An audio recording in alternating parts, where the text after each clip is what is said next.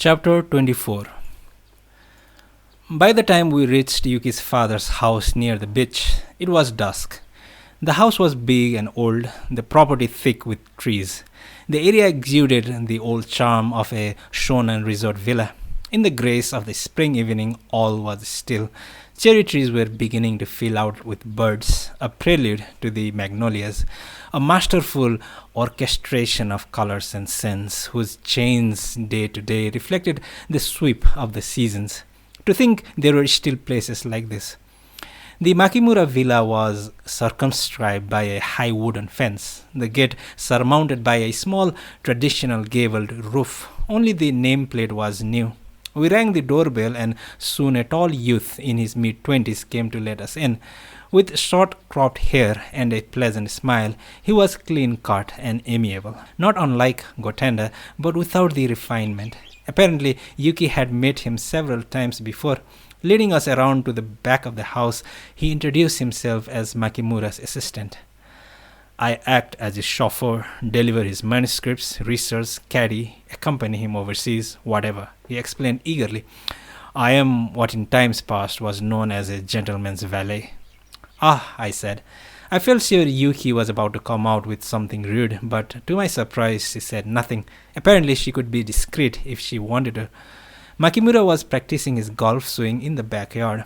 A green net had been stretched between the trunks of two pines. The famous writer was trying to hit the target in the center with little white balls. When his club sliced through the air, you'd hear this whoosh, one of my least favorite sounds. Asthmatic and hollow, though it was pure prejudice that I should feel that way. I hated golf. Makimura set down his glove and wiped his forehead with a towel. Good to see you, he said to Yuki, who pretended not to have heard. Averting her eyes, she fished a stick of gum from the pocket of her jacket and began to chew with loud cracks. Then she weighted up the wrapper and tossed it into a potted plant. How about a hello at least? Makimura tried again. Hello, Yuki sneered, plunging her hands into her pockets and wandering off. Boy, bring us some beer, Makimura called out rather curtly. Yes, sir, the manservant answered in a clear voice and hurried into the house. Makimura coughed and spat, wiped his forehead again. Then, ignoring my presence for the time being, he squinted at the target on the green net and concentrated. I concerned myself idly with the moss-covered rocks. The whole scene seemed artificial and more than a little absurd. There wasn't anything specific that seemed odd. It was more like the sense that I had happened upon the stage of an elaborate parody. The author and his valet, except that Gotanda could have played either role better and with more sophistication and appeal. Yuki tells me you've been looking after her, said the famous man. It wasn't anything special, I said. I merely got her into a flight coming back from Hokkaido. More important, though, let me thank you for the help with the police. Oh, that? Not at all. I'm glad to be able to return a favor. It's so rare that my daughter asks me for anything. I was very happy to help. I hate the police. I had a run-in with them at the diet way back in the 60s when Michio Kanba was killed, back in those times. At that, he bent over from the waist and gripped his golf club, tapping his head on his foot. He turned to look at me in the face, then glanced down at my feet and up at my face again. When a man knew what was right and what wasn't right, said Hirako Makimura. I nodded without much conviction. You play golf? I'm afraid not, I said. You dislike golf? I don't like it or dislike it. I've never played. He laughed. There's no such thing as not liking or disliking golf. People who've never played golf hate golf. That's the way it is. So be honest with me. Okay, I don't like golf, I said. Why not? I guess it strikes me as silly. The overblown gear, the cute carts, the flags, the pompous clothes and shoes, the look in the eyes, the way ears prick up when you crouch down to read the turf. Little things like that bother me. The way ears prick up? Just something I've observed. It doesn't mean anything, but there's something about golf that doesn't sit well with me, I answered, summing up. Makimura stared at me blankly. Is there something wrong with you, son? Not at all, I said. I'm perfectly normal. I guess my jokes aren't very funny. Before long, the manservant brought out beer on a tray with two glasses. He set the tray down, poured for us, then quickly disappeared. Cheers, said Makimura, raising his glass. Cheers, I said, doing the same. I couldn't quite place Makimura's age, but he had to be at least in his mid-40s. He wasn't tall, but his solid frame made him seem like a large man. Broad-chested, thick arms and neck. His neck was thick. If it were trimmer, he could have passed for a sportsman as opposed to someone with years of dissipated living. I remembered photos of a young, slender Makimura with a piercing gaze. He hadn't been particularly handsome, but he had presence, which he still had. How many years ago had it been? 15, 16? Today his hair was short, peppered with grey. He was well tanned and wore a wine-red Lacoste shirt, which couldn't be but toned around the neck. I hear you are a writer, said Makimura. Not a real writer, I said. I produce a feel on demand, negligible stuff based on how many words they need. Somebody's got to do it, and I figure it might as well be me. I'll spare you my spiel about shoveling snow. Shoveling snow, huh? Repeated Makimura, glancing over at the golf clubs he'd set aside. Clever notion. Pleased you think so, I said. Well, you like writing? I can't say I like it or dislike it. I'm proficient at it. Or should I say efficient? I've got the knack, the know-how, the stance, the punch, all that. I don't mind that aspect. Uh-huh. If the level of the job is low enough, it's very simple anyway. He mused, pausing over several seconds. You think of that phrase, shoveling snow? I did, I said. Mind if I use it somewhere? It's an interesting expression. Go right ahead. I didn't take out a copyright on it. It's exactly the way I feel sometimes, said Makimura, fingering his earlobe. That it doesn't amount to a hill of beans. It didn't used to be that way. The world was smaller. You could get a handle on things. You knew, or thought you knew, what you were doing. You knew what people wanted. The media wasn't this huge, vast thing. He drained his glass, then poured us two more glasses. I declined, said I was driving, but he ignored me. But not now. There's no justice. No one cares. People do whatever they have to do to survive. Shoveling snow, just like you say, he said, eyeing the green net stretched between the two trunks. 30 or 40 white gulls lay on the grass. Makimura seemed to be thinking of what to say next.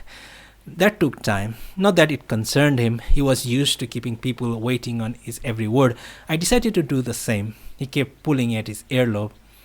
My daughter's taken to you, Makimura began again, finally. And she doesn't take to just anyone. Or rather, she doesn't take to almost everyone.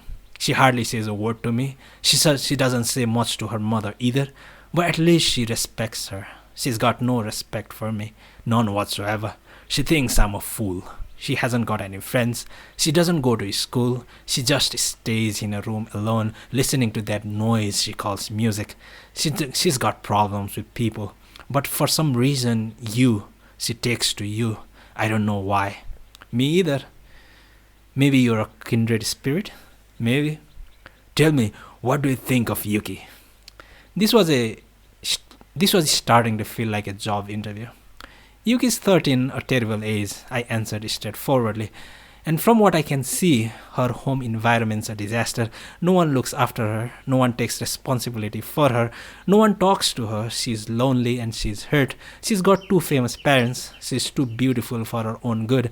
And she's acutely sensitive to everything around her. That's a pretty heavy burden for a 13-year-old girl to bear. And no one's giving her proper attention. That's what I think. He heaved a long sigh. He let go of his ear and stared at his fingers. I think you're right. Absolutely right.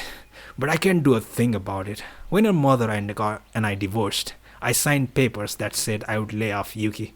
I can't get around that. I wasn't the most faithful husband at the time, so I wasn't in any position to contest it. In fact, I'm supposed to get Amy's permission even before seeing Yuki like this. And the other thing is, like I said before, Yuki doesn't have a whole lot of respect for me. So I'm in a double bind. But I'd do anything for her if I could. He turned his gaze back toward the green net. Everything was gathering darker and deeper. Still, things can't continue the way they've been going, I said. You know that her mother flew off to Kathmandu and it was 3 days before she remembered that Yuki was still in that hotel in Hokkaido?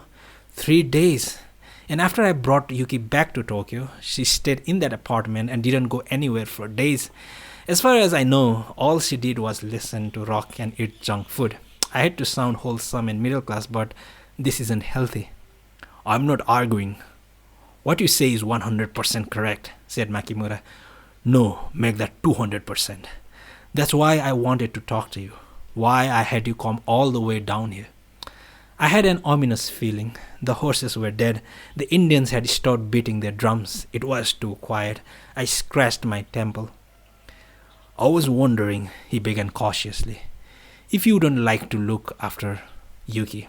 Nothing formal or anything like that, just 2 or 3 hours per day. Spend time with her, make sure she's alright and eating reasonable meals. That's all. I'll pay you for your time. You can think of it as tutoring without having to teach.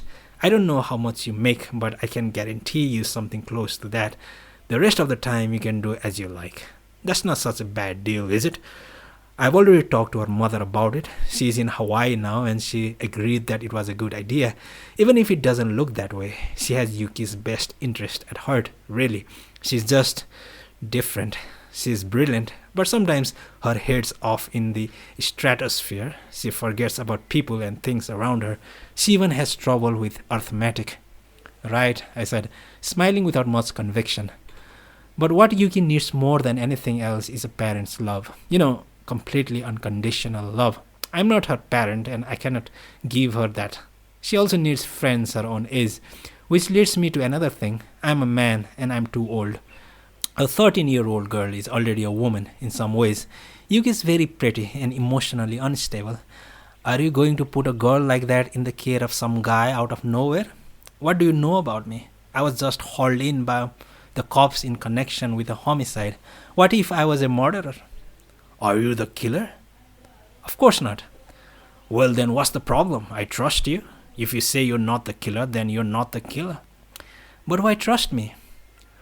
You don't seem the killer type. You don't seem the statutory rapist type either. Those things are pretty clear, said Makimura. Plus, Yuki's the key here, and I trust Yuki's instincts. Sometimes, as a matter of fact, her instincts are too acute for comfort. She's like a medium. There have been times when I could tell she was seeing something I couldn't. Know what I mean? Kind of, I said. She gets it from her mother. It's her eccentric side. Her mother focused all of it on her art. That way, people call it talent.